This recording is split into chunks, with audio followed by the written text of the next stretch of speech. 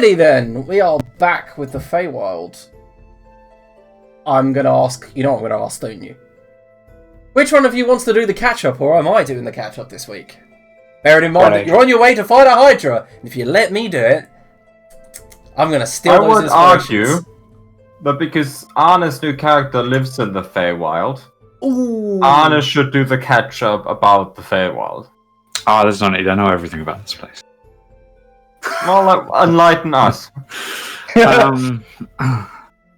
Okay, so at the start of the previous session, we found out that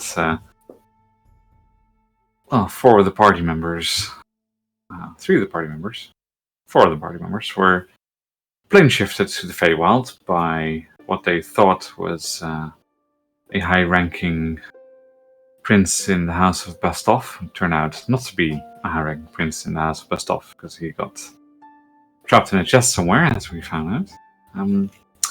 And so they got plane shifted by Rakshasas to the Feywild, as it turns out.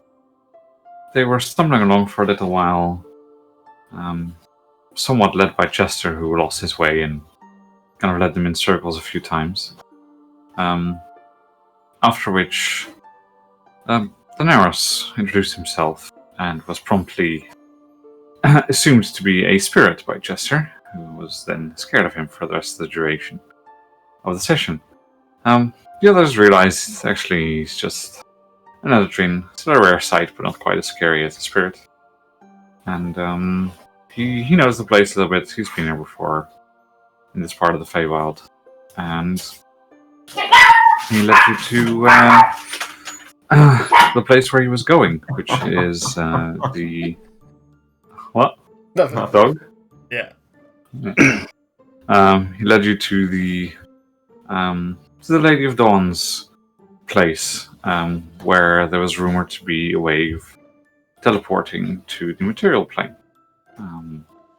She introduced herself, offered you some food and some deals, and in doing so,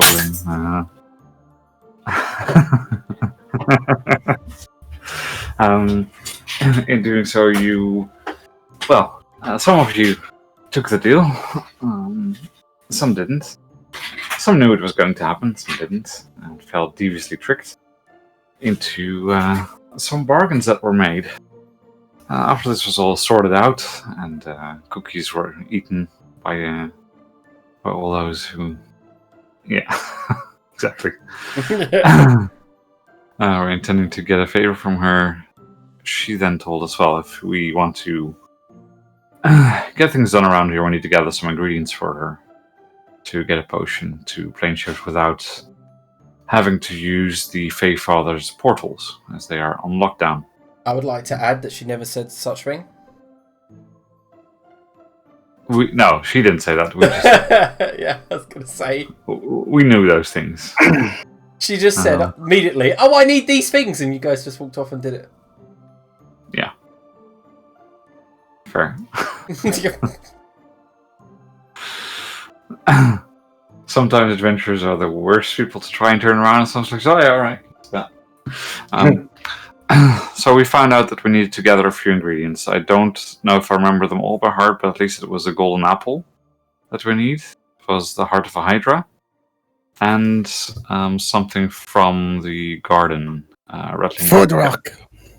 Food rock. Yeah, and a starlit stone. Yeah. So we visited then eventually... we went to visit the Golden Orchard. When going to visit the Golden Orchard, we found that the bridge between the Lady of Dawn's massive tree abode and Golden Orchard actually been changed from like a hanging bridge into a solid stone bridge. And it was here we found out that the connection between the material plane and the Feywild here is very strong, because we are on what used to be the head of a... It was Cewson Bridge. No. This whole entire place yes, is the the entire head place of is the head of a primordial. primordial. That's the word I was looking for. Thank you. Split into the 2 hags. Yes, and so There's a very strong connection to the magic in Mokhul here, and the magic in Mokhul is also very strong because of this connection.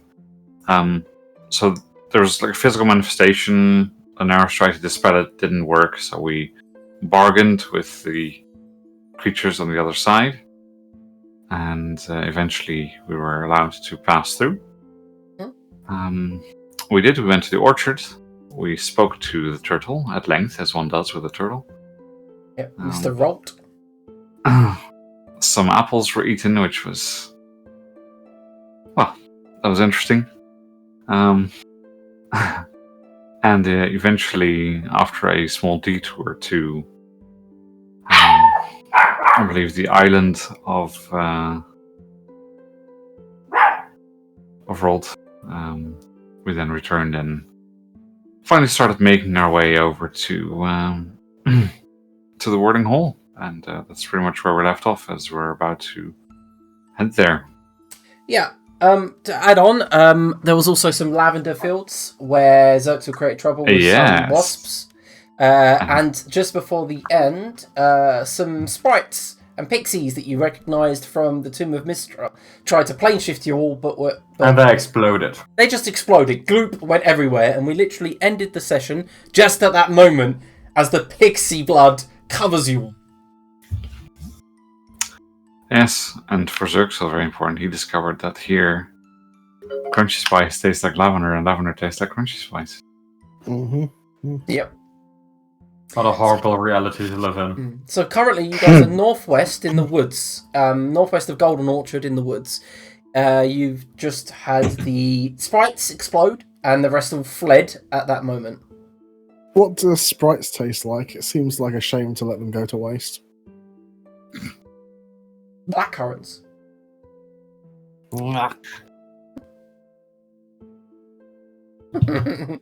And currently, like I explained last time, these woods are all split, like where the Hydra's path has gone. The trees are bowed and broken, but what you can see is that the trees have actual living limbs and fingers where they've grabbed each other and are now currently pulling each other back up to standing position. So above you is a net of what looks like vines and twigs and trees, but really they are the grasping hands of the living trees either side of you, flanking this what looks like a path, but really it's just the area that Chester is walking. That's it. He's just kind of following the middle of the trees. Currently, to the northward, you can see this move on. This massive crosshatch network of vines and twigs and trees above you. Amongst those trees, you see wildlife. You see squirrels, birds. You hear the bird song as well, which is something that you normally hear on the material plane. Except here, it's louder, it's stronger. It actually makes music rather than discordant random sounds. Above you, it sounds literally like an orchestra is going off, playing a fanfare for you as you move through the woods.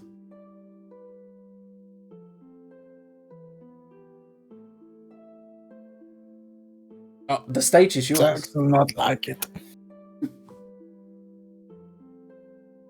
Why do you not like it? It's so noisy. I see. Jack will like the quiet. Right. Do you normally live in a swamp, yes? Yeah. Do the crickets not have the same effect on you? It's quieter. It's all in the behind. You mean the background, I assume? Maybe. Yes, I understand what you mean. For me, perhaps it's the reverse. I'm so used to this that for me this is like background sound. It's everywhere, though. Yes. Well, except for here, points like the area directly around them. Feels like it is. Let's go quickly. Alright, so you all push ahead. Can I have a D12 from you all as you are moving towards the whirling hole? That sounds so wrong. Why did I name it that? The whirling hole. There you go. We'll get the map up on Oh, screen. did you want a single D12 or a D12 Just a from single D12 from everyone.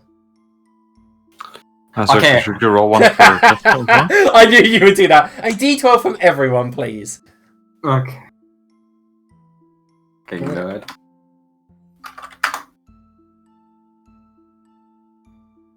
Oh, just a deco. Not bad. Okay, so 9 on the chart isn't that bad. I'll set this up.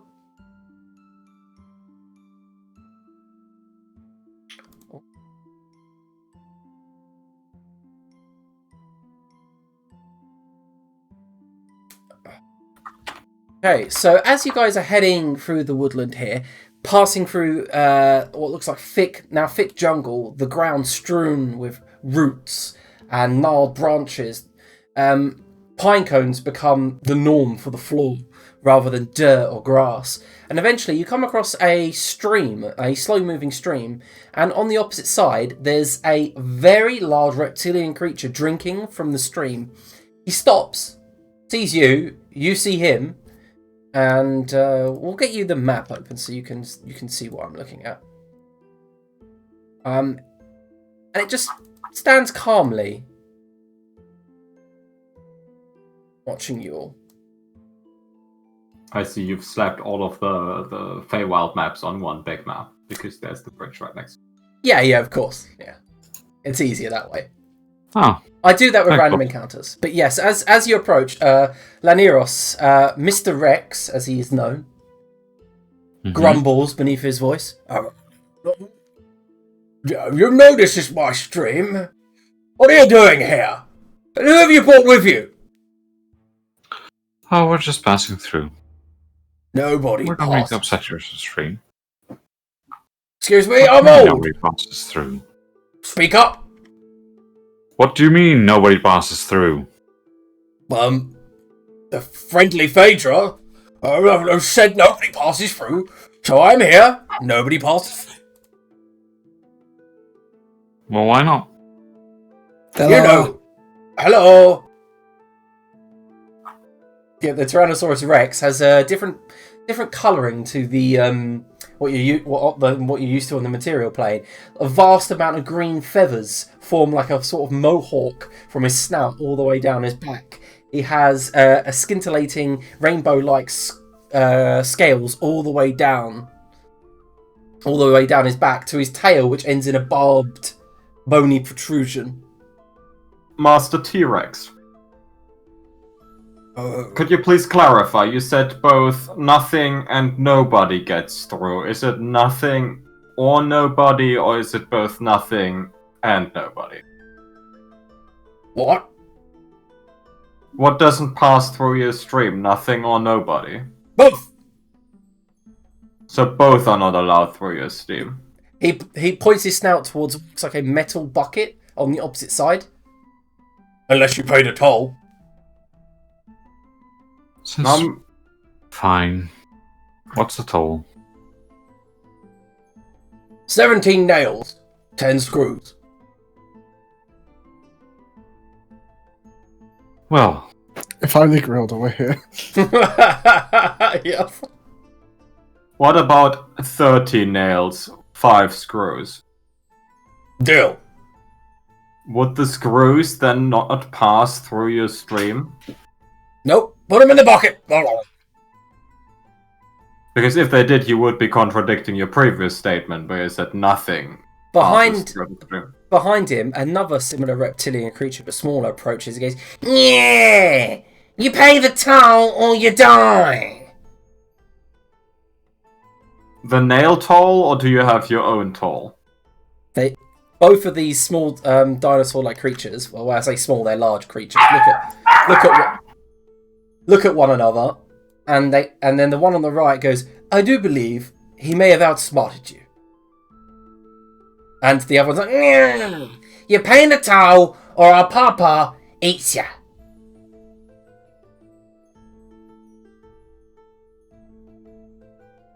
Okay, now you've lost me. Does he eat me only when I attempt to go through the stream without paying the toll, or does he eat me regardless if I don't pay? Mr. Rex takes a single step forward, and the ground shakes. See, now you have crossed through the stream, and you have said nothing passes through the stream. Except me. You did not say that previously. I feel like you have changed the rules to the stream. Shut up! You're confusing me. What's happened to you, Rex? You used to be so nice.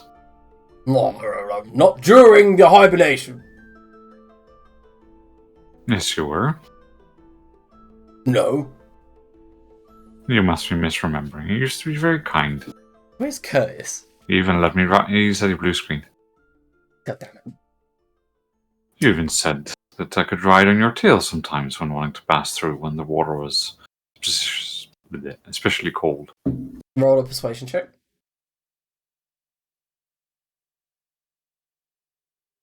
I mean... Alright. Its eyes narrow. Get it, I'm back. What did I miss? We're negotiating with the Tyrannosaurus Rex. Can Chester Daka jump in around about now? I think we currently had our elf roll a persuasion check. Chester Daka had such a good solution to this. Then Mr. Rex goes, yeah, well, what do you want? What's the stream? I just want to go and visit. That's all. You want to visit Pendidon? Yes. Okay. Steps aside. But before we go, do you not know who I am? I am the Chester Decker. No, he would say perhaps you've heard of me. Whatever. I've not got his saying down to a T. It looks at Chester and goes, I see nothing but meat. Not to other people that may use your bridge in the future, dear sir. Well, what do you do? What do you do? Why would I have heard of you? Well, I'm one of those types of celebrities where I'm famous for the sake of being famous. But I'll have you know, I have a biscuit company back in Mokhul. They pay me 5% on every box of biscuits just to have my name on their box of biscuits. So you today, sir, how is this, Chester? Could have my name. Jeff has never done this. This is so out of character, Kurt. I cannot imagine. He just goes, It's like Chester role-playing Chester if he's never heard of Chester. Since when is Chester a biscuit merchant? I'm trying to lie so I can get the advantage on the persuasion check. But he's already letting us through. Yeah. What Chester Decker wants to make this dinosaur man a deal. You can call this Chester Decker's Crossing. I think at this point, the narrow just starts crossing. For the for the simple price of 100 gold pieces. He looks towards his sons, the two smaller ones, and they just shrug with their little arms. I'm going to close Chester's character sheet. Well volunteered, Curtis. Thanks. Oh, God. Oh. I must point out that these overgrown lizards are very unspecific in their rules, and they appear to have let us through, even though they said no one gets through.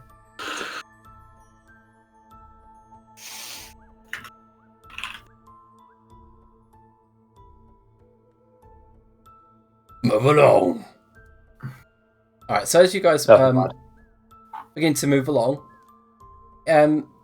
the sun in the sky begins to move quite rapidly where it stayed still previously, moving to zenith, and the heat begins to pick up. The forests themselves turn from a wet marsh-like jungle into kind of a deciduous, vividly green forest with a wide open swaths of grass plain. And Laniros, you lead them through what seems like a pathway, but it's more kind of like a specific area that the leaves gravitate towards, and they form a path as they do. And it leads to a stream that you follow northward, and you can see the whirling hole in the distance. It's a huge whirlpool of water that floats several hundred feet above the ground.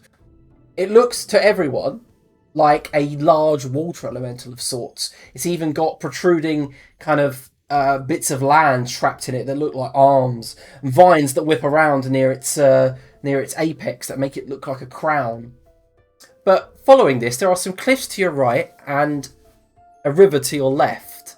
Eventually, you come across a cascade, a waterfall, coming down these cliffs. And ahead of you, some 100 feet, you guys can see a hydra bathing, basically swimming around, doing basically an elephant, picking up water through its nostrils and then squirting it up into the air and bathing its brilliant green scales. It hasn't noticed you yet, or you don't think it has. Right, so there's two ways to go about this here. It depends a little bit on his character and the mood that he's in. Sometimes he knows what's going to happen is going to happen, and he'll just go willingly after some willfulness, which is understandable. Sometimes he just wants to fight with all the fury of the sun blazing above our heads. It's hard to say in advance, but I'll leave it up to you what you feel is the best approach. Saxon, not to mind. To hand over his heart willingly. Well, sometimes it's more of a, I'm too tired to fight today, so just go on already. That sort of energy.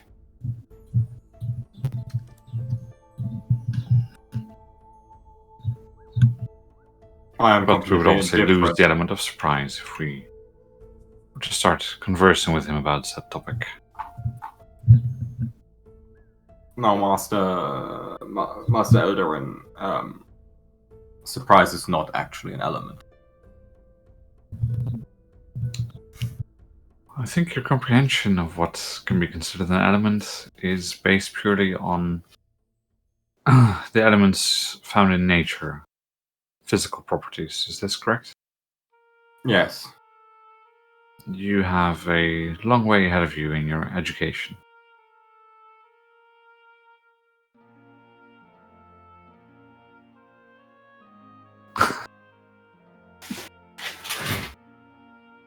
Hello, Hydra Man. Okay, so the moment you speak, all of its heads face you. It dives into the water, disappearing momentarily, and then there's a massive splash and a bang as it bursts onto the shore, basically slumbers towards you, all of its heads undulating and roaring as it moves. Alright, can we have initiative? I was gonna say, is it a spoiler that it's called Friendly Phaedra? Nope. Well, sometimes he's friendly.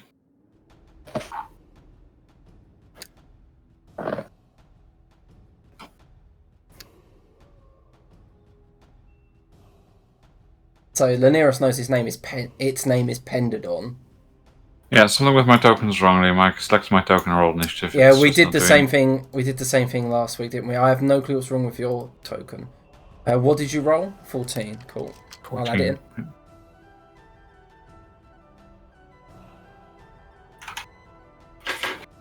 I think Macro's probably... I think Curtis is the worst person to play Chester, simply because of the lag on his rolls.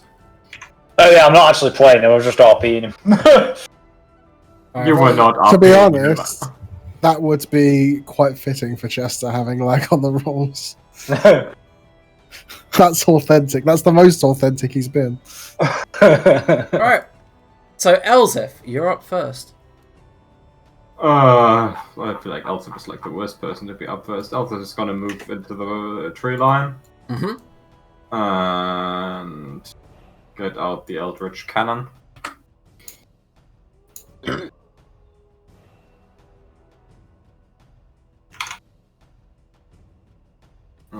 Yeah, okay. Blank it down here. And I actually have to check the range on the cannon.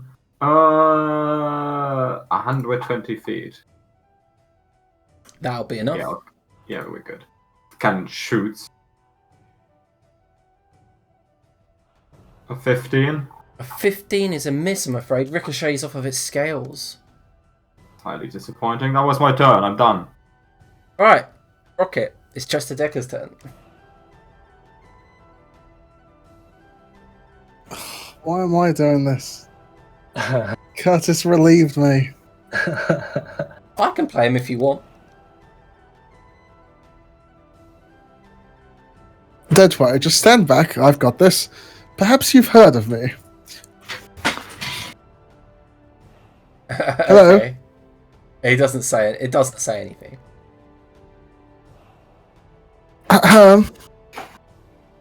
He just kind of taps his foot and looks expectantly at the Hydra to be responsive to Chester Decker. Doesn't seem so.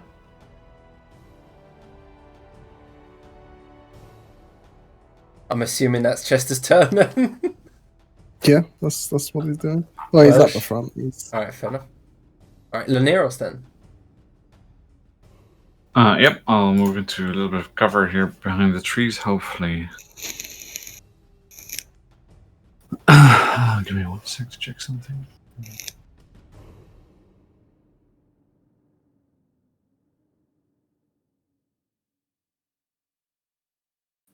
Fuck.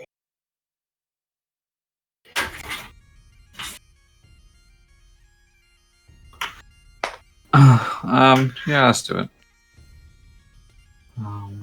I'll cast Hold Monster on it. Alright.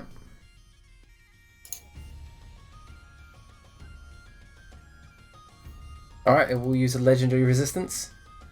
Ah, that's not very nice. Well, it failed, obviously. One, two. Yeah, that's my turn. Alright, Xerxil. Hello. Can we have your hat, please?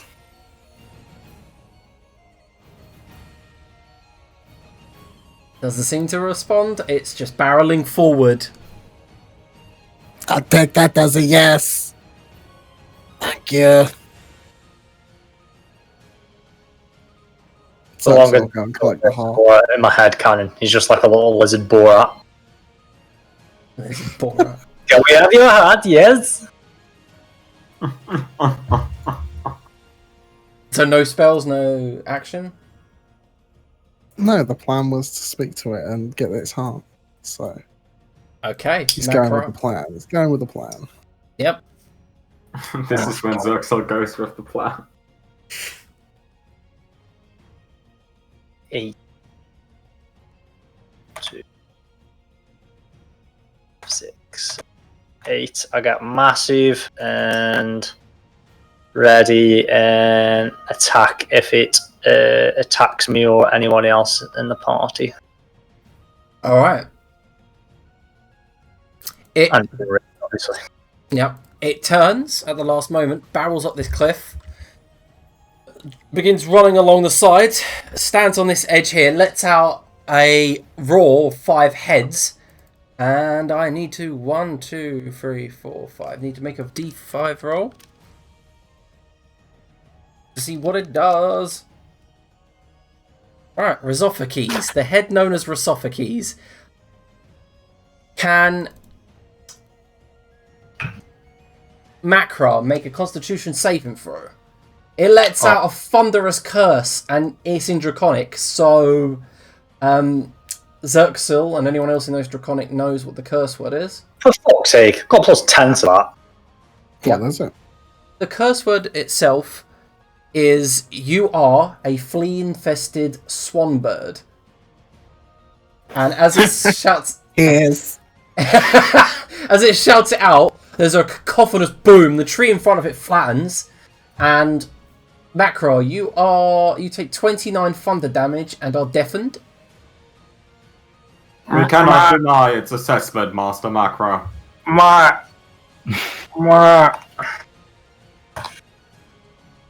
Then it leaps using its strength modifier. Rushes onto the ground here. And then makes 4 bite attacks. Who? The head known as Raquel goes for Curtis. Sorry, goes for Macra. You're automatically grappled when you're bitten by her vicious maw. You take a total of 15 piercing damage, so half to 7. Spook is attacked then twice by the rest of the heads for 25 piercing damage.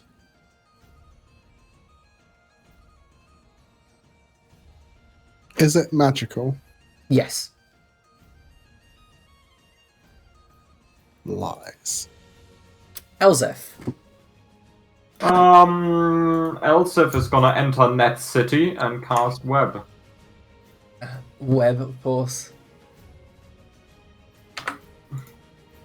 We roll a dex save. Do I want to waste a legendary resistance? Yes. It failed. It uses legendary resistance. What? I can't believe it's still in the net. Yep. Look at me, wasting a legendary resistance with the shittiest spell there is. I mean, I don't want to be restrained, obviously. That's a good hit. Okay, enter. Yeah. Chester. Oh, that's me. Aha, that's me. Pick a spell, a random spell. Just a dagger. Yeah. To put the tail on the donkey. That's what he did. That's fairy fire. Yeah, and it works. It is verified. It is very fired. Anything else? Exclamabrag as well. Now, Lalderos, rather than smiling at it, why don't you try hitting it? Yeah, okay. Yeah, okay. Alright, Laniros. Back off a little bit.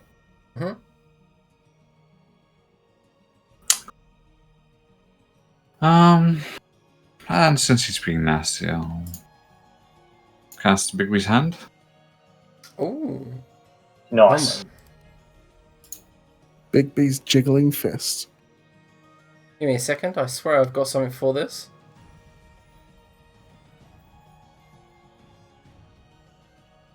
I'll find it eventually. I've got something in my library somewhere.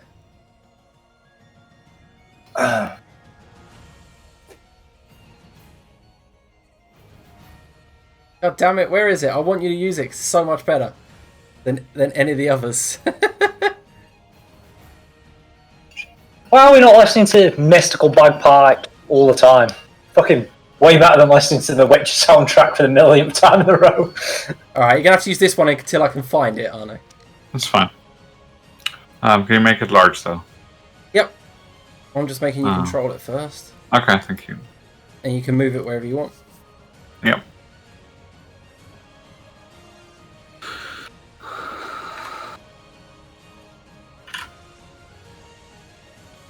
Okay.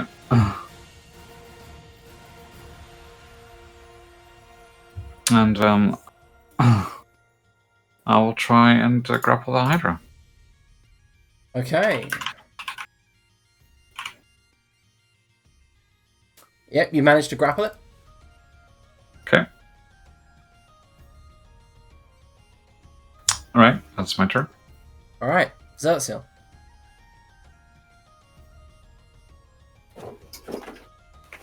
Tis I. He nearly fell off that chair.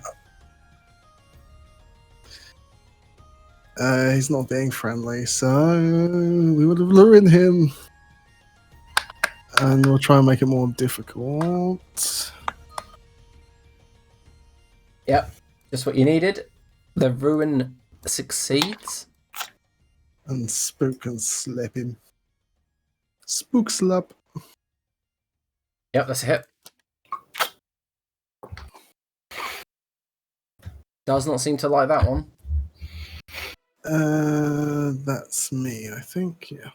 Yeah, alright, so it's Macro. So Macross steps in. Can he focus fire ahead for extra shit? Okay, so head 1 is Phoebe, head 2 is Rosophocles, head 3 is Joseph, head 4 is Chandlius, and head 5 is Raquel. Mechanically, is there anything worthwhile to doing that? Like, if I take like a cold shot or something, or I may as well just hitting it. Oh, it depends. You realise that each of the heads will do something different, but you don't know what yet. Alright then, I guess I'll wait and continue to observe the head, see if there's a particularly dangerous one, but for now we'll just try and smack its centre mass. Alright. Twice, this won't be reckless because it's very fine, so I don't need to. That's a crit.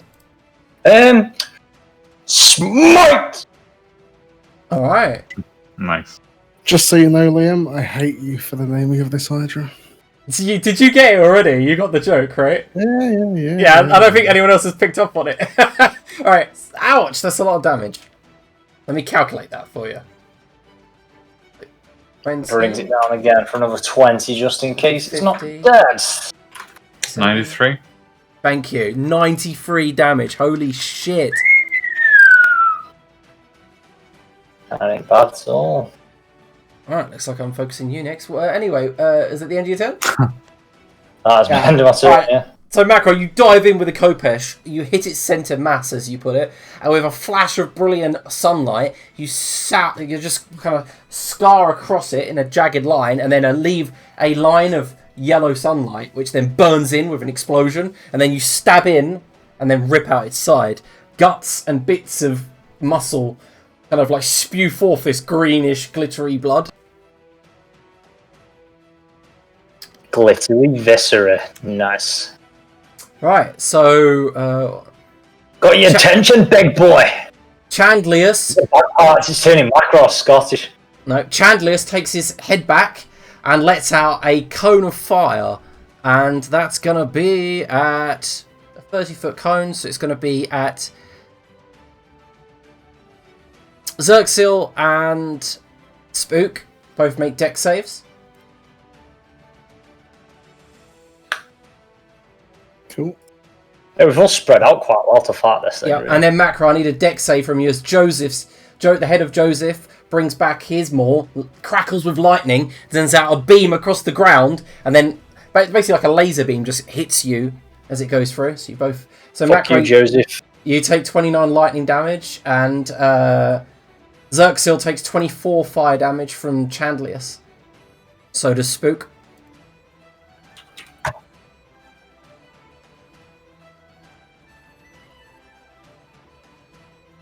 And then the hand is bitten for 12 piercing.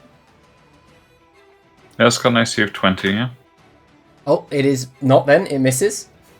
but then Macro is bitten as well for 13. 13 halved. Yeah, I haven't halved it yet. It's a 6. Yep.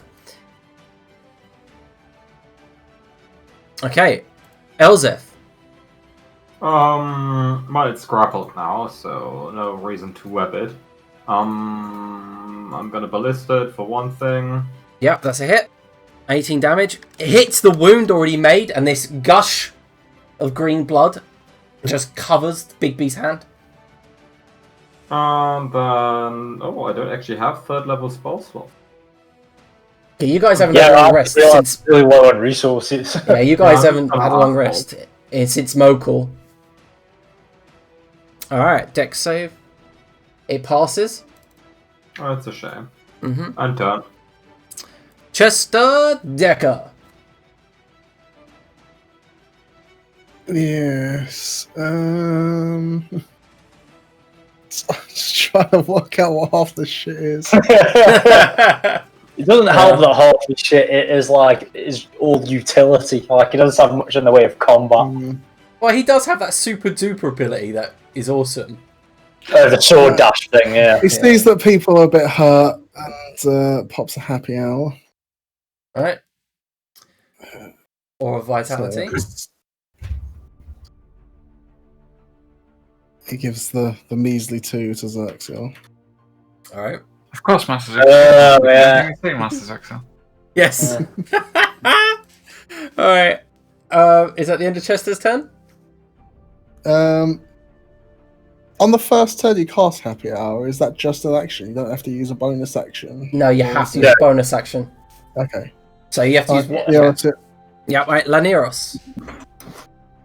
Yep. Well, since he's grappled, I'll use my bonus action to punch him. Ouch.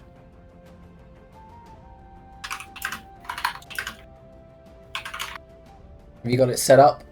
Yeah, I'm not sure I do, so I think I can just do this though, right? Yep, you hit with a 23. Yeah, so that's 48.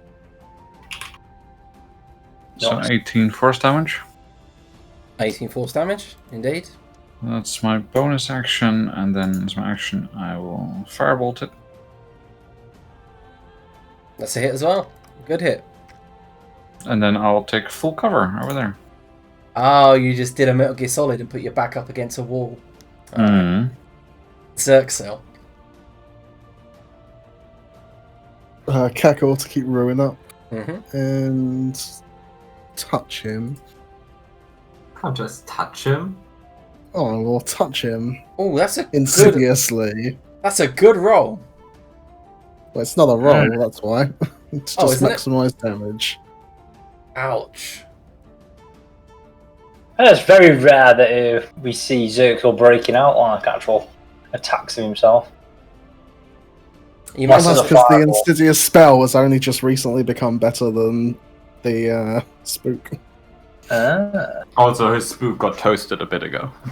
Yeah, there was that. Anything else from you, Xerxil? That's bonus action. Alright, Macro. Right, little bastard. Time to give us your heart. Let's go down quiet now. 28 for 20. And your eyes. We want your eyes as well. Yeah, and you want your eyes as well. Two very Oh, good easy. hits. And at that moment, you're just going for its center mass, correct? So, cut down the center, break apart. It's got this massive, large scale that forms a sort of chest piece at the front. You cut down the middle, pry it open with the Kopesh, and then just slash across, knocking the other one off, exposing two very large beating hearts trapped within a mishmash of vines and pumping green blood. You see it all dribbling out where you've been cutting it, but one is a dark black blighted thing pumping black energy, and the other is a yellow golden heart pumping kind of yellowish greenish blood into the rest of the body. I don't know what I'm going to do next turn. Give us one of yours, you little bastard, and I'll let you live. Ending your turn. Alright. Give us So- that black one. Right, so first things first, a particularly vicious bite from Raquel goes towards Macro. Oh, it only does 3 piercing damage. I've got 20 AC now as well, It's- if you haven't completed that yet. Her head has a lot easier critical rate, but I didn't manage to hit it. Then, the next one. Then Phoebe fires a water orb. And it hits Chester. As it hits Chester, this orb, large orb, rolls across the ground, picking up dirt and debris. And as it hits him, he's stuck in the center. And he... I'll read it out what it says. The target can move the bubble at half speed, rolling it across flat ground. The target is considered underwater, but vulnerable to lightning damage. Escape DC 17. Fucker just guitared it. Yep. Alright, and then the rest of the bites. Oh, Macross. Some good hits there. Right, so I'll just total damage for you. 20 AC, remember. Yep, both hit. So total of 24 damage, half to 12.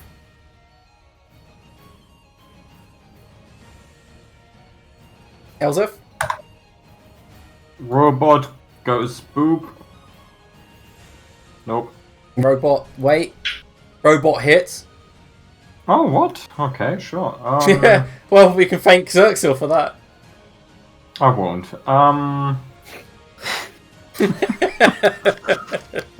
You know what? Let's do a fireworks battery. That hits as well.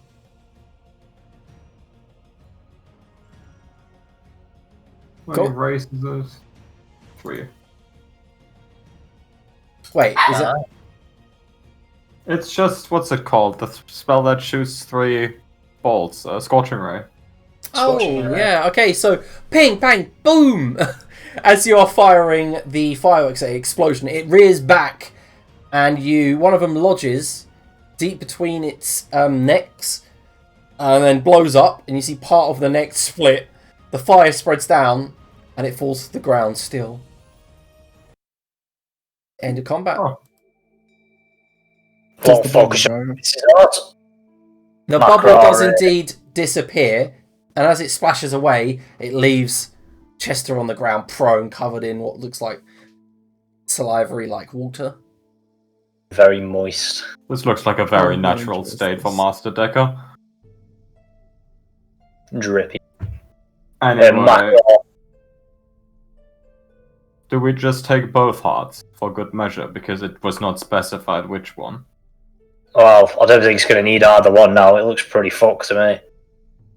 What do you reckon, Onera? What do I know from history? Because obviously this is something that I Just the know. remaining healing. I know Perdonon, so Yeah, you know Put it that on. he stores apples for the hibernation somewhere in his Mhm. lair. And he Okay. does have, you know that he has 2 hearts, but you never knew why. how much of a connection would I make to the general corruption, the void, etc., if any? None. It's just Okay. always been that way on this island, that there is always light and dark. Yeah, okay. We are dealing with the light sister, are we not? Should we take the light heart? Well, how big are they, the hearts? They're probably about the size of a dinner plate, quite large. Okay, but we could take both. Oh yeah, easy. Well, I have to admit I'm not quite sure either. I'm not sure if it needs one or the other to survive being slain, because it would be good if it isn't gone forever. So, Can Elsef do a medicine check to see if it's gonna get back up with 1 heart? You can, but disadvantage.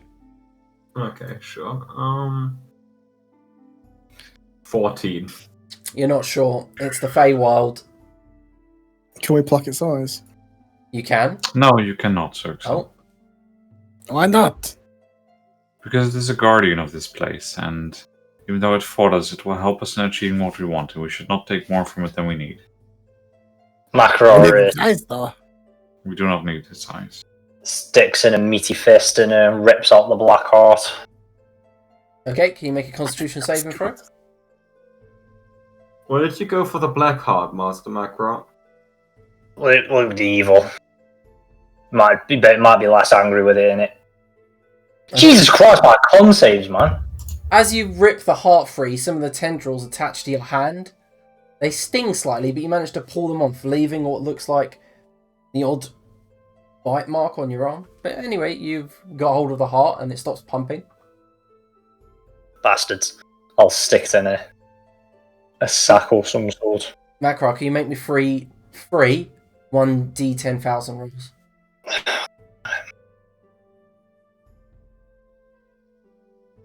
Can we have one island Eros? It's got lots.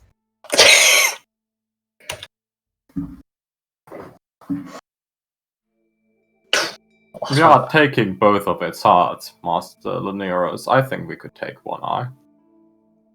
It's got like at least 6. Maybe then we will have the element of eye. Alright, first things first. As I let's said, a long way. roll So, three. so what is the purpose of its eyes for you? It's the best bit.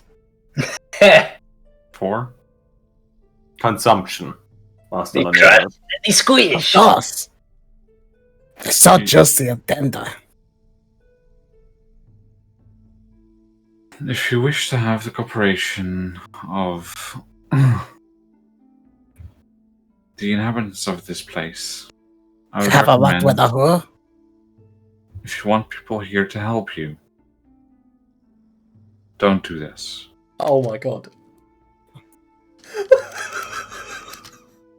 Oh, it doesn't bode well.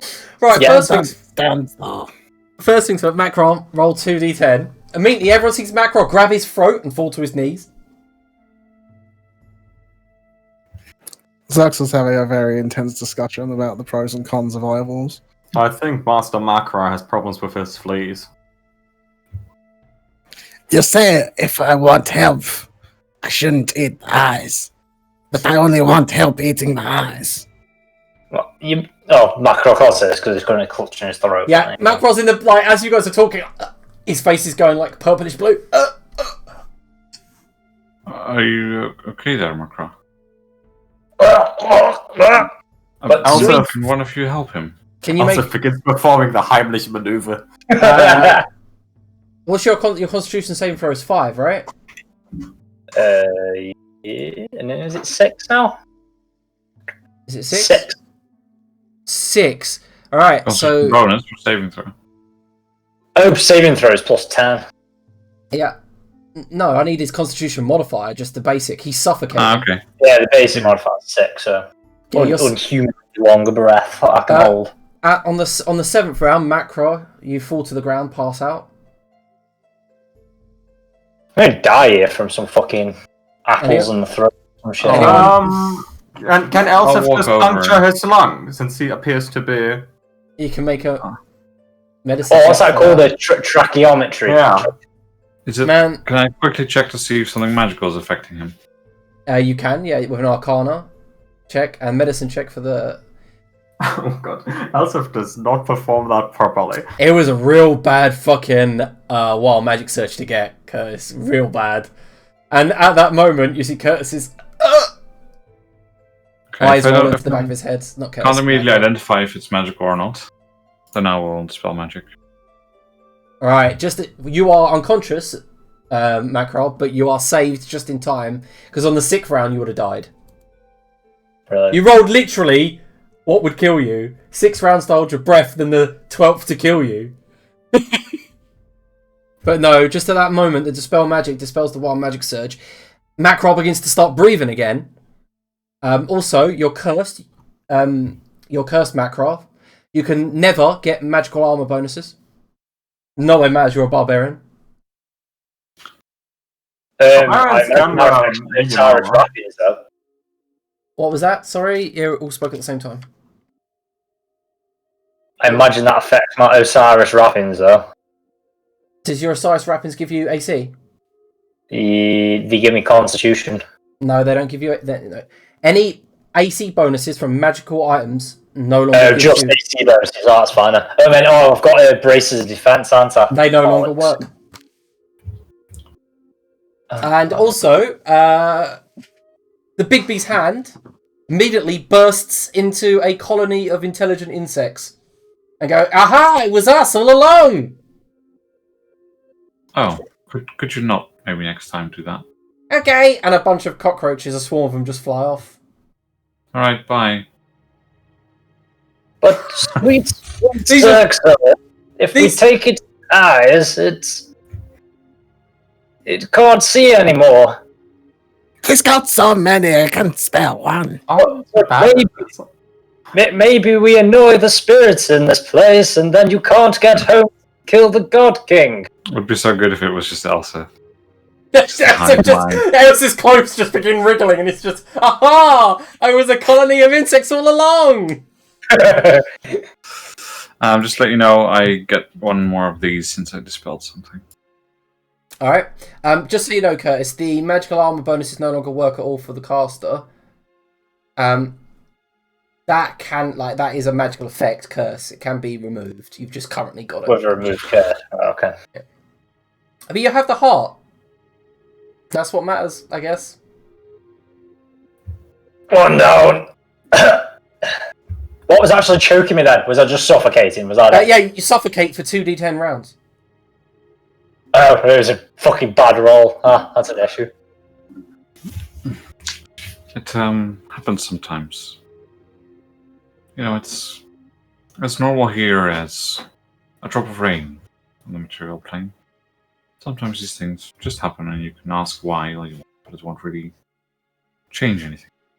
Yeah, I'm not going to be asking why. Just why the fuck haven't we left this place already? That's probably the only one. That's what we're trying to do, right? Yeah. Fuck me. Master Macro, the second heart. After you. It seems like the polite thing to do, Master Macro, would be for you to go first. Did you just say my life? I could have. Wrong answer. After you. It appears to be a strange statement since you have not saved my life just now either. Technically I have. Like, I've just contributed towards getting us out of here, whilst you've done nothing. I remember myself speaking to Master Zerxel about eyeballs, which is not nothing. While I It's That's very, very important. your conversation, I would suggest, despite what happened to Macra, that you would try again. You seem to be quite good at resisting these things. Plus, we are here to help you in case something happens. Unless you feel you're more qualified to help one of us when something happens to us, then I would succeed the point. Also, it appears to me your life just has less value overall. Macro weighs up how far he can throw away Elsef. Very far. Elsef is like very heavily armored. Macro has 20 strength and rage and rage bonuses. I mean, if you rage, you could probably throw her pretty far. Macro sticks his fist in and grabs the other one, clenching his teeth. Okay, so as you grab the golden heart and you tear it free, it tries to like stick to the body itself, and as you pull it apart, there's that wet sound as you rip it out from its body, and it continues to beat in your hand. You could probably shop at Xerxil quite well. It's about £82, gear included. Yep. He'd hammer throw you by your ankles. Whang!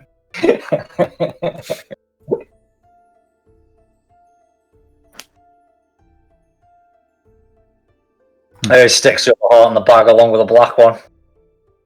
Alright. And then throws metals off. Carry them. It appears you're lashing out at me, Master Macra, to deal with your emotions. Yes, definitely. Correct. But I get the impression when next time you go in this bag, there's just going to be a fully formed Hydra in there. You are just confirming my assumptions, since I'm not bound by mortal emotions currently. Elsef does carry the bag, though, because Elsef doesn't shit. Yeah, fair enough. Yeah, you reach in to grab something out of the bag, and suddenly your hand comes out with 5 little bites, and you're like, come on. There's the baby Hydra in there. You're just missing tips from all of your fingers. Alright. Come on, let go. Let go. I believe we are supposed to go venture into his lair now and obtain the golden apples. Yes, this is correct. Yeah, great. When did it turn night in this place? Miss Linares. When do you suggest that we rest then? Do we just rest in the middle of the day, randomly? It is quite hot now, so I would suggest that we do not rest here, as we might suffer some adverse effects. We could rest once we get to a more shaded area. Right, okay. You make the suggestion when you think we should rest then. Just remember that we're mere mortals.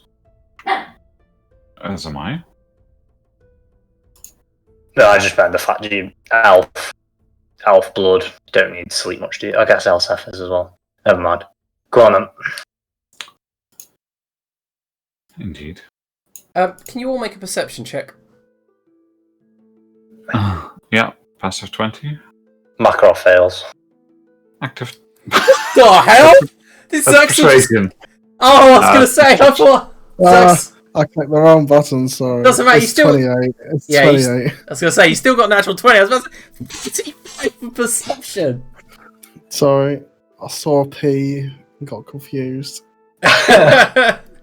Alright, so both Laniros and Zerxil see that behind the western waterfall, it doesn't give off the same shadowy cliff face behind it, that there is obviously something behind it. However, Zerxil, with his superhuman, Superman-like vision, can see the cave beyond. It's stalactites. Super lizard. Super lizard. Super lizard, it's stalactites, and the fact that there is what looks like a golden smush of apple mush all around the entrance behind the waterfall. Shall we eat those? The effects would probably be quite negative. Oh no. If you wish to try out random foods, then perhaps that is something we can entertain later, that notion. What would you say? Okay, you show me. Yes, perhaps in spring. When's spring? Well, it varies. Okay. I feel like Zerxil could become like the Feywild Emperor. Like he's just gonna eat the fucking Fey Father, and he becomes the new overlord. He just suits this place a bit too well. Alright, guys. You notice that the stream here, well, the lake area that the waterfall weds to, is quite deep. Mm-hmm.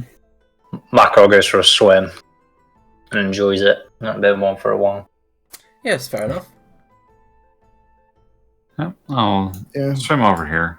Or wade over here, I guess. It's not so deep, this part, but No, no, deeper this near the part- waterfall, right? No, this part is pretty deep. Like, this entire area here is pretty I deep. figured that maybe like getting this way would be okay. No, it's like instant drop. However, it narrows to a deep, kind of rushing river to the south. Mm-hmm. Okay. Macro goes and loots the chest behind the waterfall. The what? The chest behind the waterfall. However, Or whatever miscellaneous loot's behind there. inside there is the lair. It's a very rounded, slick kind of waterfall cave. There's a nice crystal clear steel pond in the centre, and around the edges there are mounds of bones, treasure, and what looks like a small pile of golden apples. Sarxilcan has bones. You start gnawing away at that, mate.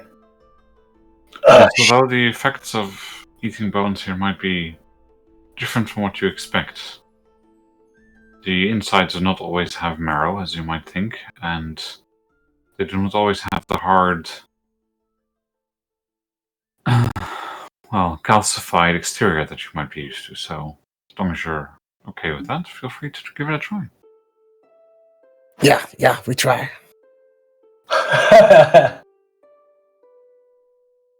Try some bones.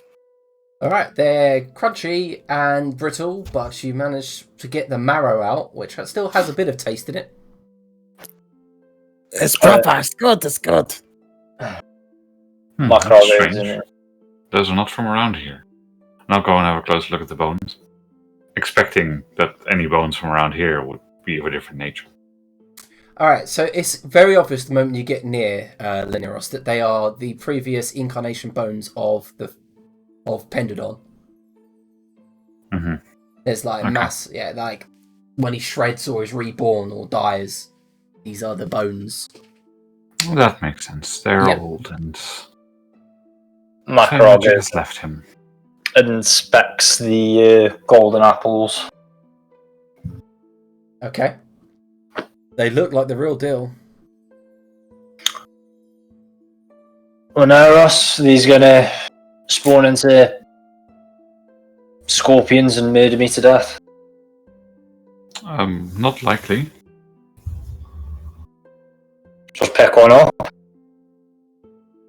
Okay, they are Well, firm. I can give them a try if you want. I'm easy. Up to you. Okay, and I'll start grabbing a few with Mage Hand to see how they respond, to see if there's any bad apples in there. Ha! Alright, you can make an investigation check. Passive 24. Okay. Active 26. You managed to find that 3 of them are ripe and ready. The others I've already turned into rotten. You know, the little squiggling in the inside. The ones that Chester decided to eat and get hurt. Yep. I will take those 3. Okay.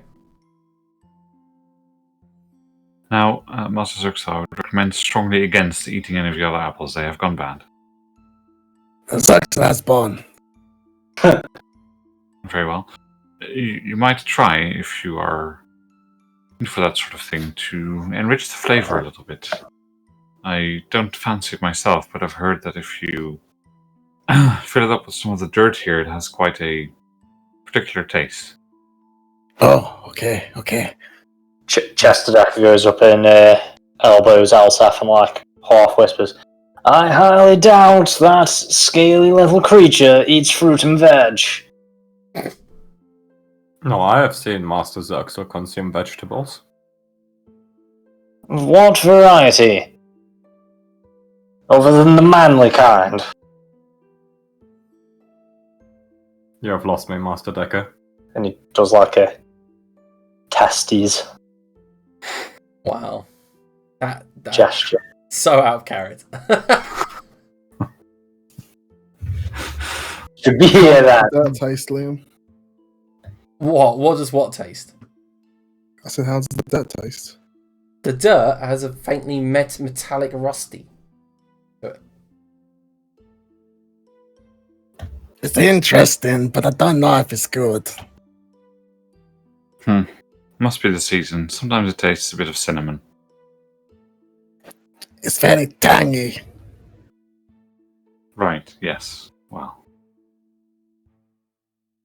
That's what happens when Purpodon is in winter moods when he dies. It gets a little bit bitter, the flavor. It's okay, it just needs sweet meat. With your passive perception, Leniros, you notice that there's also a sort of torch amongst the bones and the piles of random dented coins. It's got a thick bronze spike on one end, and a design up its wooden shaft all the way to what looks like an empty part at the top that should hold flame. Alright. Do you guys mind if we spend a moment here? No. It's okay. Can you define the length of the moment? It will be roughly, by your time, well, it's random really, isn't it? By what you're used to as time, it would be approximately 12 minutes. I do not mind, but I will evaluate again at a later time. And I'll start casting Identify as a ritual. Alright. This is the item you find.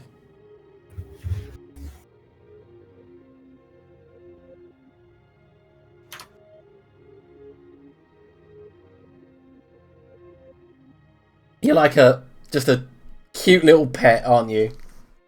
Like a lot. He's doing his otter thing, yeah. Yeah, like Scaly. you're lying back in the lake, gnawing on bones. Mm-hmm. What a cute little Zerxel.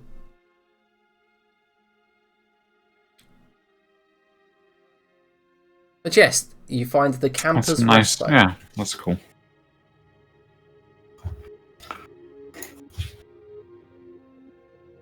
Very well, I think we will take that with us in case we ever need shelter somewhere from the sun, for example. Speaking of resting, we could rest here if you wish. Although, Yeah, I guess start while she's ritualing. And as you guys are resting outside, it begins to rain slightly. And Laniris, you know that that's from the whirling hole. It's occasionally spews forth like a mass amount of water, which of course falls down as light rain. Mm-hmm. Yep, and when we get ready to rest, and after doing the identification, everyone's ready to take a rest, I will also make a little hut. Cool. Are you all going to take a long rest? Or is it? I'll have a long one. Oh, I didn't even need a long one. I need a short one. I'll have a long one. Either is fine. I'll try and find it somewhere where it's in a little bit of a hidden place, so that if anything passes by, it's not just in the middle of the open field. There's just like whoop dome. Yep, makes sense. Of course. Rocket, how are you on spell slots? Middling. How's Chester? Not great. I think we might as well long rest. I've already pressed the button now, so. At this point, if Macra's children are adults or dead when we get back, Yeah, okay, it's gonna so- happen regardless. Just so you guys know, like, Xerxil and Macra and Chester would be getting exhausted around about now. You have been in here. Because when you got teleported here, plane shifted here, and the time you've spent, it would technically be dark in the material plane right now. Yeah. I guess he just falls asleep, resting in the lake, bone propped up on his chest or his belly. Alright, as the group take a long rest here, we're going to go ahead and take a small break and be right back soon. Okie dokie.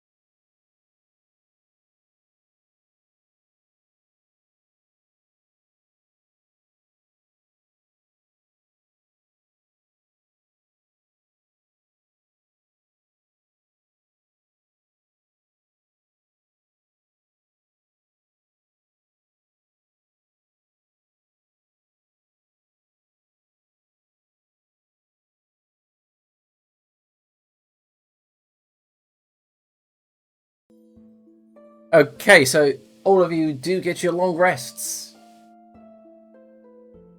I already clicked it ages ago. Sweet. However, when the tiny hut vanishes and you all emerge from it fully rested, the time of day hasn't changed at all. It is still zenith. The sun beating down upon the area around you. It wasn't a horrific nightmare all along. What do you mean? Still fucking in this place. Well, yes.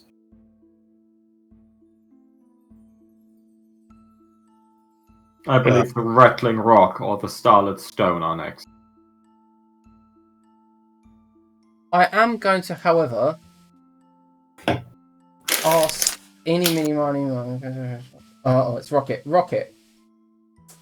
I'm going to Yes. ask you to roll a d20. Coming up.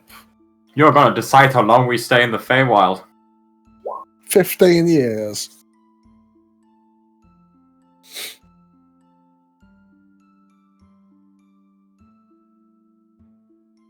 I think if the potential is like decades, and we assume that's the higher rolls, you rolled a 6, and a 1 is minutes. We would be within weeks? I had the table, now I can't find it. It is difficult to find the number 6 on the table. You rolled a 50. You have to count up all the way from 1. It is such a long journey.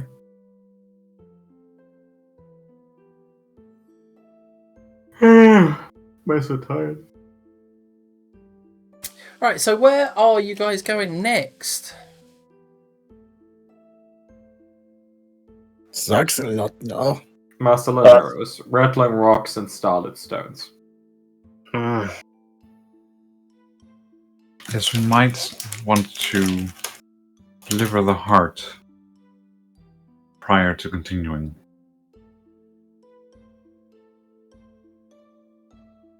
Well, back to the Lady of Dawn it is then. Yes, so I believe we'll mostly pass by anyway once we want to continue. I think we need to head over there, then past the fading blooms, through the crystal pathways, and to the starlit balcony. And after that, we'll head up to the Lady of the Moon. Please, after you. Yeah, and so I'll start heading back to the Lady of Dawn. Okay.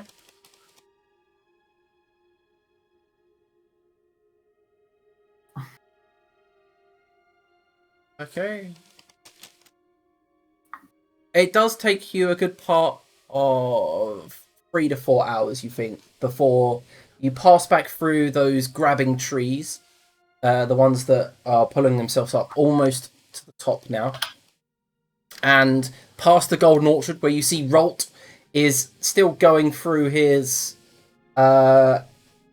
orchard collecting the mush.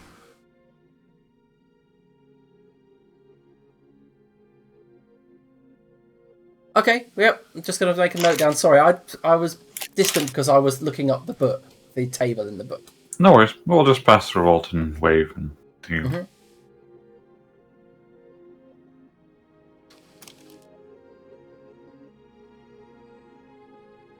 Alright, and as you reach the bridge, the vines, you see that it is a large and narrow vine bridge made. The actual floor itself made of planks of living wood that dangle precariously over a very high drop. Below you is no longer a river that you saw last time, but the cliff sides either side you drop straight into misty sky. You see clouds and the odd bit of countryside below you. Around you, the Feywild extends in all directions as grassland, and to the south you can see it breaks sharply, reaching a glittering indigo ocean.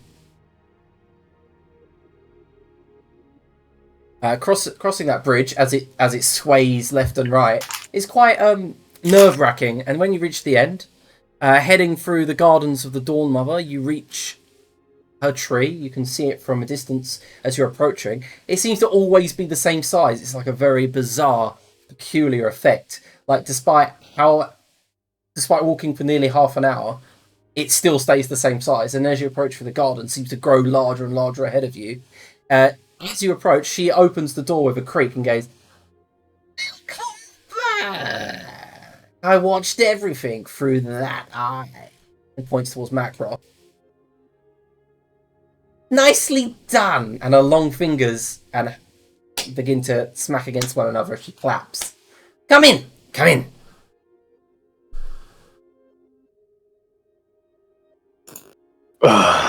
Here we go again. We have brought both hearts. I hope this does not inconvenience you. Oh, I only needed the golden. That was my assumption. Does the other heart hold value? Not to me, it doesn't. But if you wish to travel over to the other half of the island, perhaps it may let you hold sway over my ugly sister.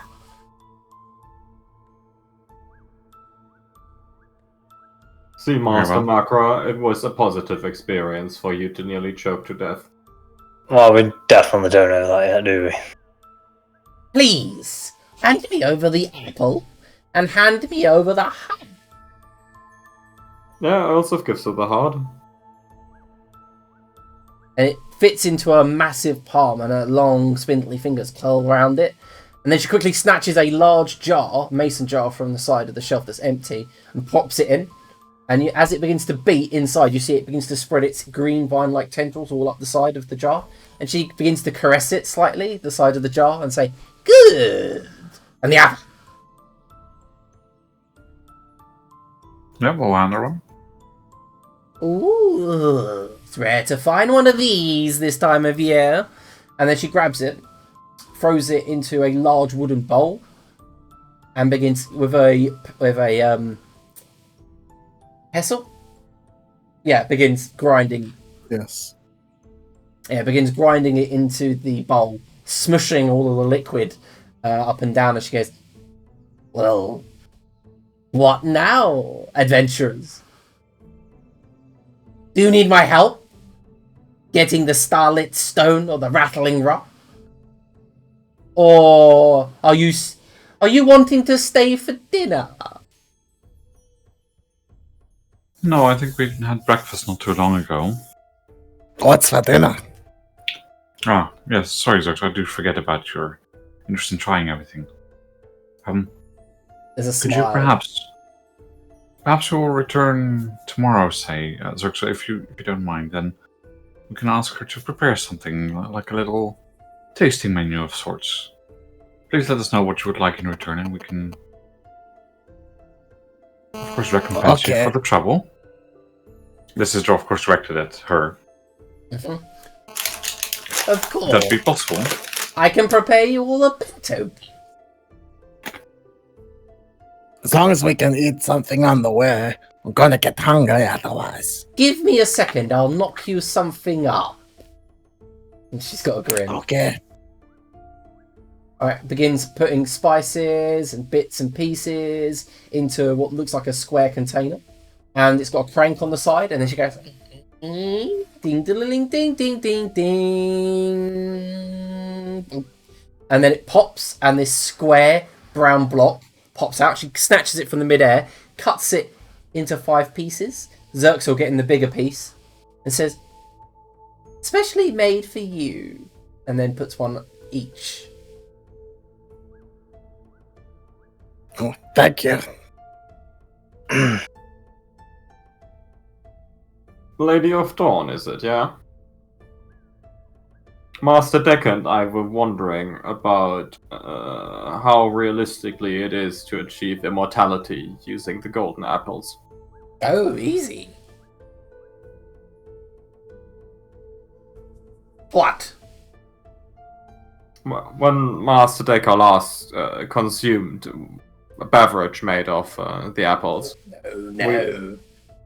You can't consume a beverage made of the apple. The integrity of the outer shell is where the magic lies. So the apple we have just recently given you would have held immortality. Oh, yes, of course. If a mortal was to bite it, it does not work for elves.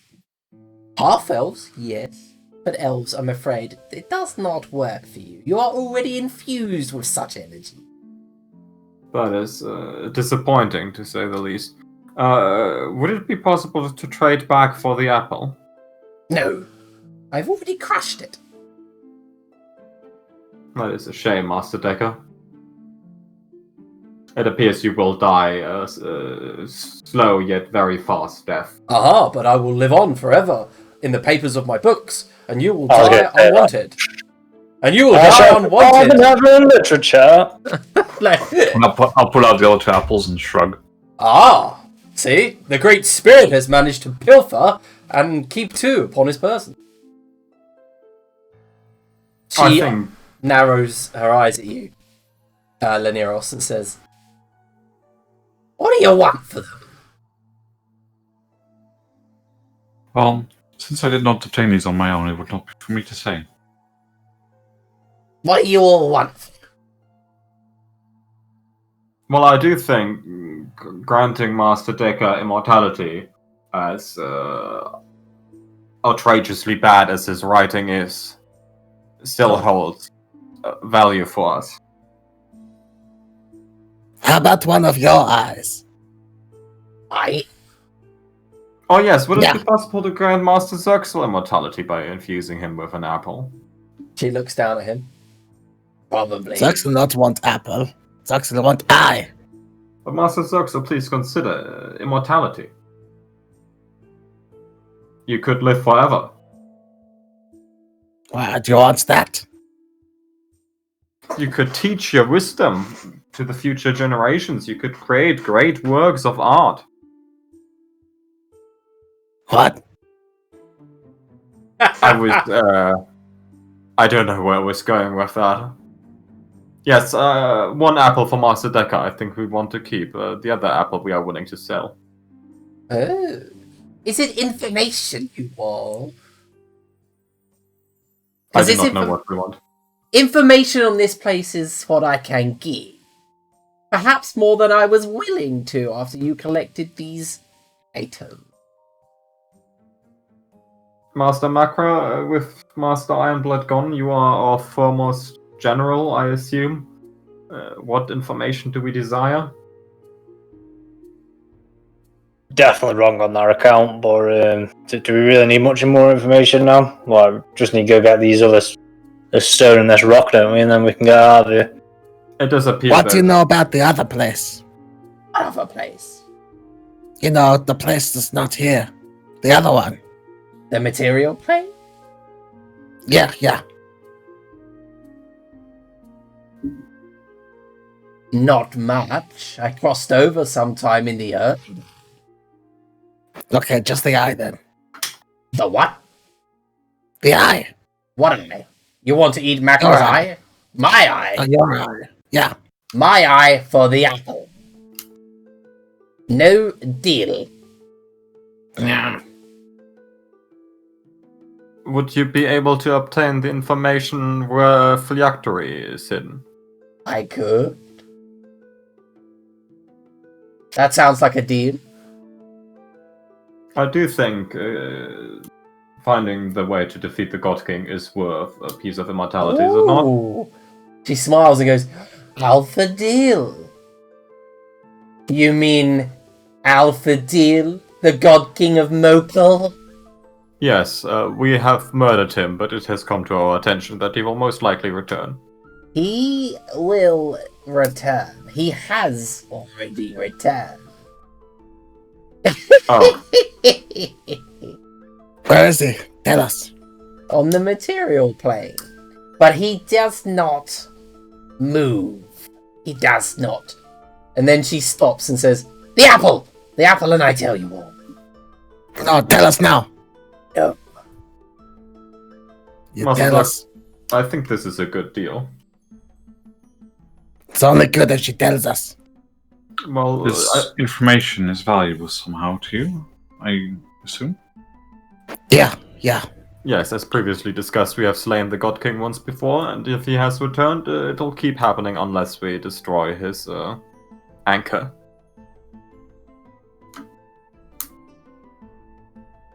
Very well. I believe Master Lanira's fake creatures are not allowed to lie to us in these dealings, is that correct? That is incorrect. So the Lady of Dawn could just not tell us No. where... Laniros is Well, a right. deal is a deal, but she doesn't have to. I'll tell you all that I know. I know a lot, mind. Tell us then. The apple. Yes, you tell us, then we give apple. Put apple on table.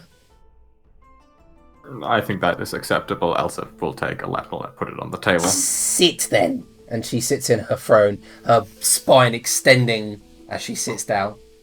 Do we let Todd consume the apple when he's back next week? That makes the most sense. Nah, let him do it now so that he misses out. I don't think. Yeah, I think making his character immortal when he's not here is kind of silly. Yeah. Okay, so she sits down and says, "The apple for my information. If you break your deal now," and then she forms arcane symbols in the air. It's weird. All of her fingers move independently like tentacles as she makes the symbols.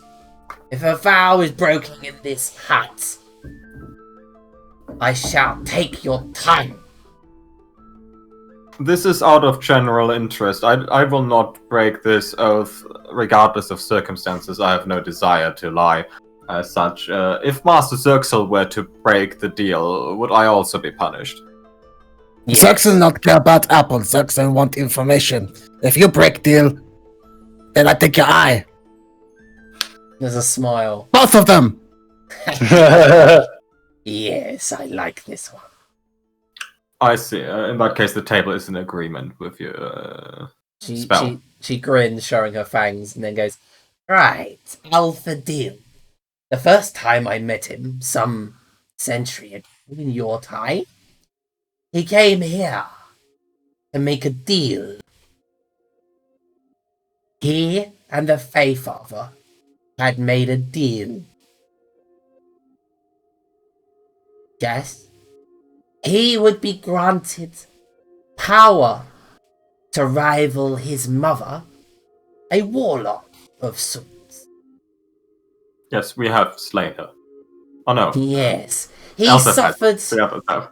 from a bit of possession. An otherworldly creature had attached to his soul in a bargain he had made to become more powerful. In circles, this otherworldly creature does not belong to any celestial, earthly, abyssal, or hellish pantheon, and creature of pure malevolence. However, the Faefather had power to keep it at bay, as long as he was near his daughter, Haida. That was the deal. In the deal, the Faefather would get the wilds and would leave Mokhul untouched, as a bastion of human civilization in a floating mire of nature. However, Alphadil is still a potent wizard. You got it wrong. He is not a lich. He has no phylactery. The man clones himself. The reason why you do not see him is because he is currently waiting out the 120-day incubation period of his next clone. He cannot risk going into battle at least for 3 months until it is complete and hidden. You understand? Oh, this is much better information than we could ever hope for. I told you. Yeah, never thought it'd be this specific. I am intelligent and knowledgeable of all things. You see, Master Zerxil, we have months to kill the God King still, before he rises back to full power. His current location is unscribable. undetectable, but the last known location of his resurrection was at a building, a monolith. In fact, you were quite close to him. Where? Tell us. A tower that overlooked a war. I believe it is the tower where we found my former employer. There was a mirror led to the astral plane. Oh yeah, I was in that fucking thing. You were so close, Macra. So close. Okay, let's go. And then she snatches the apple. Saxo walks out the door. The deal is done. I believe this is the first dealing in this place that has gone as we expected. Yeah, it worked pretty well. I brought from our friend here as well, Miss Lanarus. She's worked out quite well for us as well. You must tell your little lizard friend that he's not leaving. Not unless you get my things. The only known portal out of this place is currently in the court of the Feyfather. Yeah, I think that's what he says. Let's go get these other items so we can get out of here. Ah, yes. Bring me the starlit stone and the rattling rock, and I'll get you off this head onto the ground and towards the Feyfather's court. Sweet. Run away. She nods. Beware! My sister is not so kind. She may be beautiful, but what's on the inside is as ugly as a Golfius tree. You couldn't have said what is as ugly on the inside as you are on the outside. Oh, no, I am beautiful on both.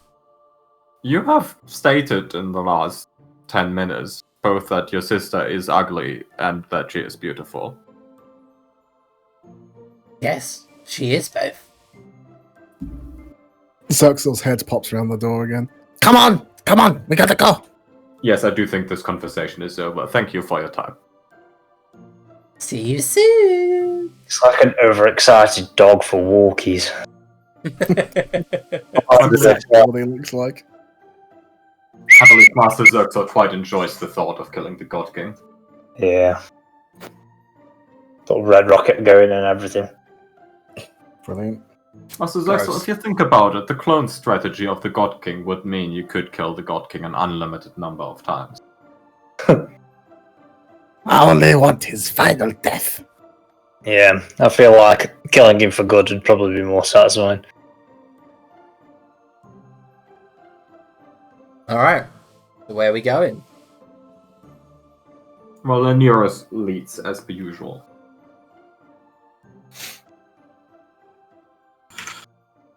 Yes, so as mentioned, I think if I'm remembering my route right, because I shift a little bit. We're going to go past the fading blooms, then through the crystal pathways, then I assume through the inside of the rock down to the starlit balcony. If you wish to take that route, yeah. Mm-hmm. I am not a big fan of the Turtle Shroom Bridge. Edge. The Turtle Yeah, the Shroom Turtle Edge Shroom is the Edge. Turtle Shroom Edge. It's a mountain that we'd have to climb straight up. Oh, it looked like it was connected here with like a little land bridge.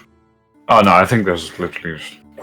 Yeah, it's a straight drop, and to get over, Linear, she'll know if you had a fly spell, you could probably make that in the spell limit, the spell time. We do have a lot of fly spells. Yeah, it's several hundred feet, the crevasse, so it's traversable with spells, but not obviously on foot or jumping. There's no bridge there. Oh, this Yeah, is and also- important. Please go first.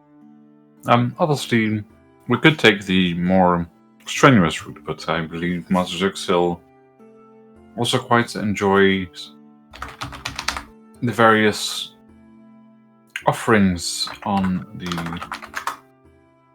well, how should I say, edible level. So I believe No, taking a no. quite longer route. Must kill God King. But I thought you said you wanted to try things. No, not time to eat. Time to kill. Well, I understand that, but I'm sure it's not going to happen in the next 20 minutes. Our little detour won't make any difference. Okay. I'll pass time. Alright. Mhm. So I'm guessing you're heading southeast, east, and then northward? Yeah, if you don't mind me drawing on the map, then I thought the Mhm. idea No, was go ahead and draw on the map. Let's get the map up. to go like that. Yeah, I mean, that's a good route. It's going to take you best part of a couple of days, but... How do I add a +2 to my spellcasting modifier? Because I am gonna remove the infusion from Grilda since it's not here to Elsa. Modifiers. A +2 spellcasting focus. Yeah, modifiers. Oh. Okay, so you begin heading east-southeast, then eastward, and for the better part of 6 hours, passing through thick, lush forest, jungle, swampland, hills. You do come across a bridge that looks like it was haphazardly built. And as you approach, there is a bucket, just like that you saw when you saw Mr. Rex and his sons on one end. And as you look in, there are coppers, golds, and silvers on this side of the bridge.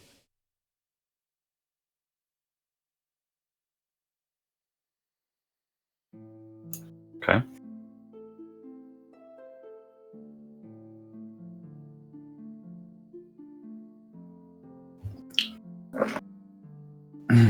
Well,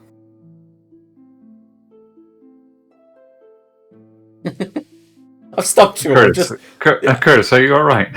I just said there's a bucket with some currency, and everyone's just gone absolutely quiet. No, I just see Curtis looking there like, The consideration. This is the times where we should be role-playing as Chastadaker. well, I believe the common thing to do here is to put a few coins in the bucket before passing. And I'll do that. I'll put like 3 gold pieces and some silver in there. Alright, cool. 3 gold pieces and a silver, correct? Yeah, I'll write it down because I didn't use that much of my money for scribing in the end, so I wanted to discuss with you what to do with it, but I didn't yet. So You I'll get just to keep write it. it down as mine is. Okay, cool. Yeah, you just get to keep it. Yeah, obviously I wouldn't be carrying all of it around, so I'll work that out later. Yep, okay, so as you put the 3 gold pieces and they climb to the bottom, you also put the silver piece in. You hear a rumbling, "Thank you," beneath the bridge. Oh, it's a fucking troll toll. Brilliant. I'll stick in a platinum piece. Cheers, buddy. Put something in. It could be fake, couldn't it? Shine. Could be fake, it could be fake, yeah.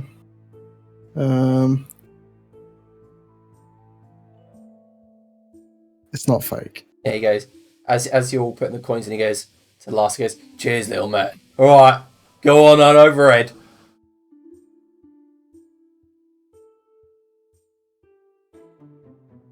Yep, and as you cross this small stream, which you could have easily afforded, you can see, as you turn, in the shadow of the bridge, there is a gangly looking humanoid peering at you with yellow cat-like eyes. You travel for another few hours before you reach the top of a hillock, which is flattened at the top, as if some large titan has just taken a swipe at it and chopped it clean off the top. And as you stand on it, there are standing stones all around the top. There are 12 of them, and some of them are carved crudely carved into the shapes of what look like chess pieces. But that's about it. You know this is a decent resting place. And from here, you can see northward over the forest as it kind of like slopes and rises and twists and turns. And slightly to the northwest, you can see gargantuan mushrooms rising out of the forest, forming massive amounts of darkness and shade all along across the northern forest.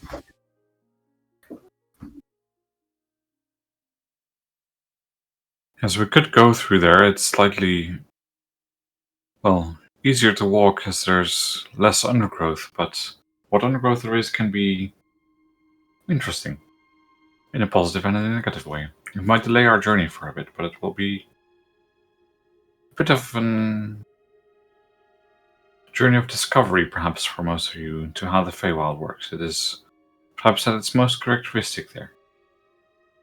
And what you do notice is you stand here to the east, as you look that way, you see that the sun is just beginning to set. You've travelled for 9 hours. Sort of a bit of a respite then. Yes, it doesn't really matter where we rest. I can always provide us with some form of safe shelter, but we should do it somewhere where we won't have predators waiting for us on the outside. Lead on then. In that case, I suggest not going to the mushrooms. There are interesting creatures there, to put it mildly, and I would not consider resting there to be a fantastic idea, especially at nighttime.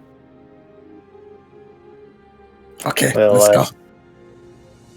Very well. Now I'll just lead them in the direction of the crystal pathways. Alright, so you have a couple of options, Laneros. You know that there is a shallow sea on the eastern side that leads there, where parts of the water cascades off the cliff face down into the Feywild's landmass below.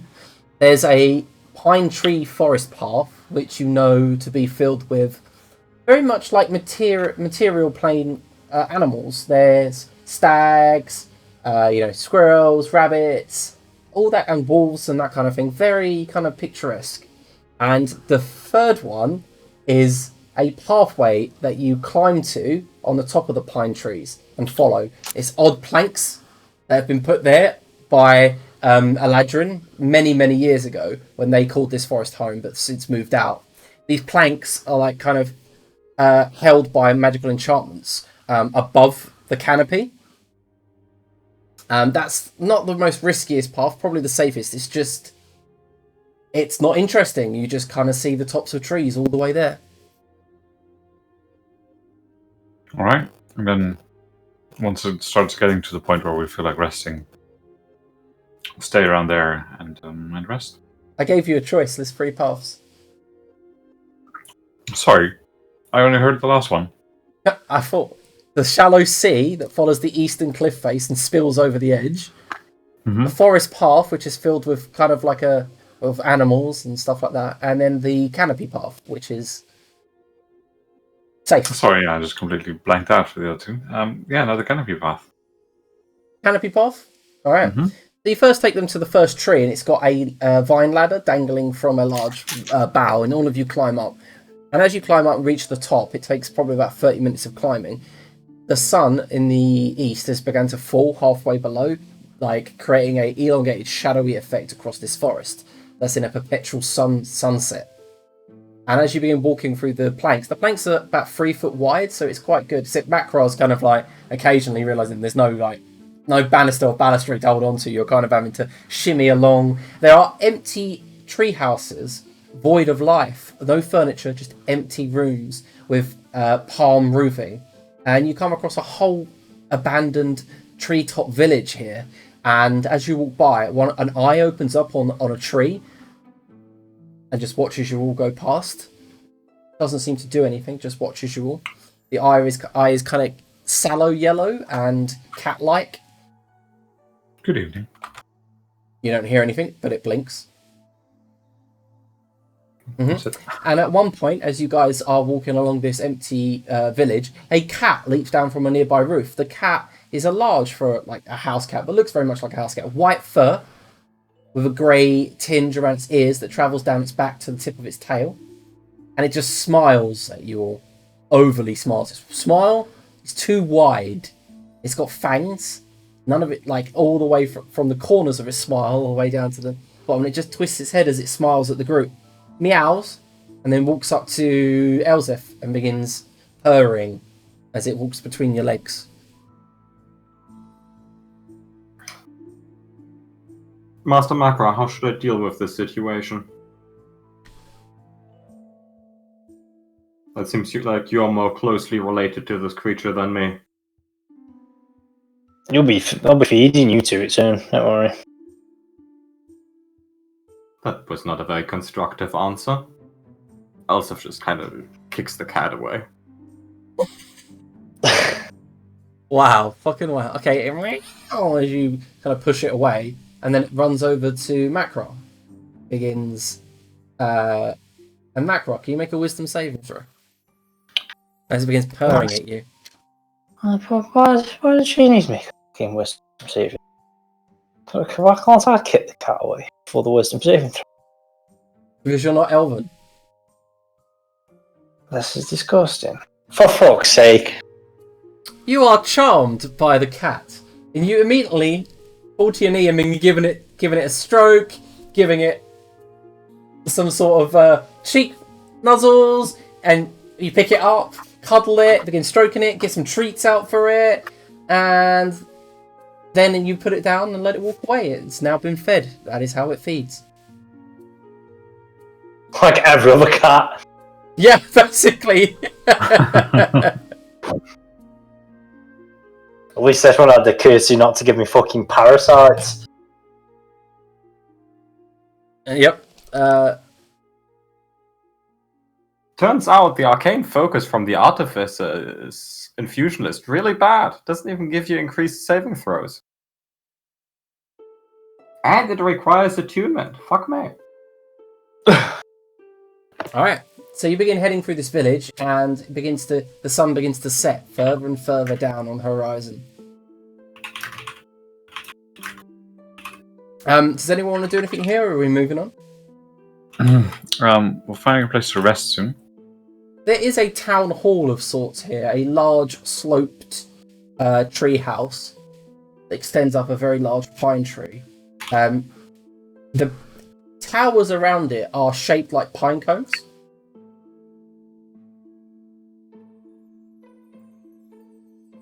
Yes, this should be relatively safe. Okay, we're staying. Alright, so you guys settle down inside the town hall. The remains of an ancient metal bell, well, crystal bell, remain in its bell tower with no clacker. And you settle down on the oak floor, ready to get a night's sleep. Mm-hmm. Some point through the night, Xerxil, can you make a wisdom saving for it?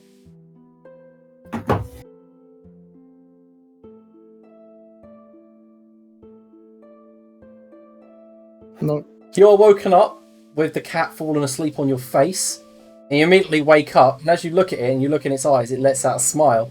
You immediately been giving it some of your crunchy spiced lavender, and it begins eating it up, and then disappears into the night. Okay. Why is the cat not making a fucking D10,000? Oh shit. He lives here. So do we now, technically. Yeah, but if you consider the probability of the sun exploding, just like from all the Feywild citizens, would be pretty high. It would eventually happen. And you'll wake up sometime later, you can't quite tell the time.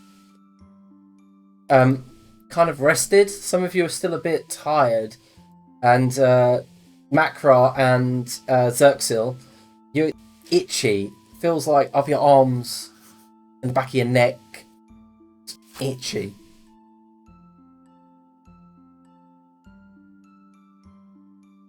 I've got faith, please. Don't like it here. We will depart soon once we're done with these different kinds of rocks. Have you got any, like, flea treatment? Insect repellent? Have you considered taking a bath, Master Makra? I had one yesterday. Well, there is this, and I'll just start, as we're walking along, idly plucking at his fur with Mage Hand. Yeah. Oh, it's really not helping. Yeah, there's not. To be fair, he's not got fleas. Yeah, I'm gonna cast my own mage hand to scratch myself as we go. Yep. And eventually you guys begin descending down a massive stairs and slides. It's quite fun having to get down. There's these Eladrin that used to live here have built slides, so you just have to get in the chutes and spiral all the way down, across, climb over rope ladders, monkey bars, and once you get to the end and you go down a large elevator, powered by rope that Makra can easily pull to get you down to the bottom, you look upon a large cave entrance, the entrance bedecked and festooned in glittering crystals. Now it is fully nighttime, and above you, bleeding away to the westward, is a orange and peach coloured sky, littered slightly with stars.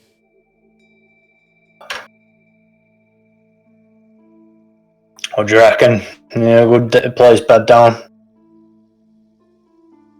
Did we not just rest, Master Makra? I believe that is where you got your fleas. Yeah, now Makra's getting confused because it's suddenly nighttime. Mm-hmm. When you've just actually only rested an hour ago. But it's the stars are out. Oh, fuck me. I hate this place.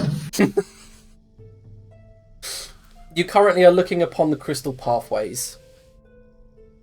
I advise just counting the seconds to tell the time, Master Makra. That is what I have been doing. How many seconds since we slept? 3,600? About, yeah. Adrian can't do the math. How many seconds till we next go to sleep? 24, 25. Until we next go to sleep, well, approximately, I think around, depending on how tired you'd be feeling, around 60 to 70,000. Okay, I'll start counting. Macross was counting out dead loud. So I was getting confused. Would you like me to just inform you when it's time to sleep? No, I'm happy. 22.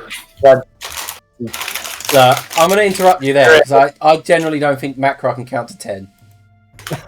I'm not doing all that intelligence, just a bit unstrung. Right, Oh, so -1.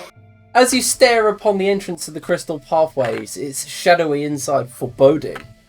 We're going to end the session there so that Todd can be here next week for when we actually travel the dungeon, instead of me starting it now. And therefore he can also choose to whether to eat that golden apple or not. But anyway... Like Todd cutting our session.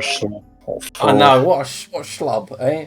Well, anyway, next week he'll be back and he can actually participate in the Crystal Pathways dungeon. Anyway. Very good. Yeah.